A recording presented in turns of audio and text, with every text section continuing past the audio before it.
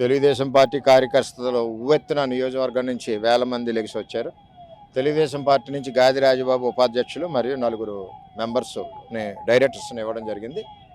ఏదేమైనా చంద్రబాబు నాయుడు గారు ముఖ్యమంత్రి అయ్యాక ఈ రాష్ట్రంలో జనసేన పార్టీ నుంచి పవన్ కళ్యాణ్ గారు, బీజేపీ నుంచి నరేంద్ర మోడీ గారు కలిసికట్టుగా నడిపిస్తూ ఉన్నారు. ముఖ్యమంత్రి చంద్రబాబు నాయుడు గారు రైతాంగానికి జగన్మోహన్ రెడ్డి ఉన్నప్పుడు 4 నెలలకు కూడా ధాన్యం డబ్బులు వచ్చి కాదు, వడ్డీలకు అయిపోయేవారు.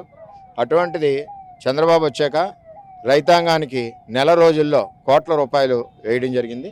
మన పిఠాపురం నియోజకవర్గానికి వచ్చేసరికి నా సీటు సమయంలో చంద్రబాబు నాయుడు గారు నేను అడిగింది 10 కాదు 2 ప్రాజెక్టులు అడిగాను. ఒకటి పురుషోత్తపట్నం, ఏదైతే 1800 కోట్లతో పురుషోత్తపట్నం చంద్రబాబు నాయుడు గారు పారించారో పిఠాపురం రైతాంగం గురించి జగన్మోహన్ రెడ్డి ఆపివేయడం జరిగింది.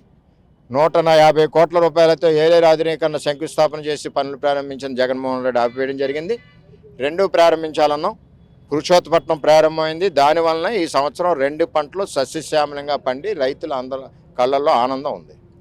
అలాగే ఏలేరు ఆధునీకరణ 2వ ఫేజ్ కూడా చంద్రబాబు నాయుడు గారు ప్రారంభించింది. తిరిగి ప్రారంభిస్తానని పవన్ కళ్యాణ్ గారు నేను కూడా చెప్పడం జరిగింది.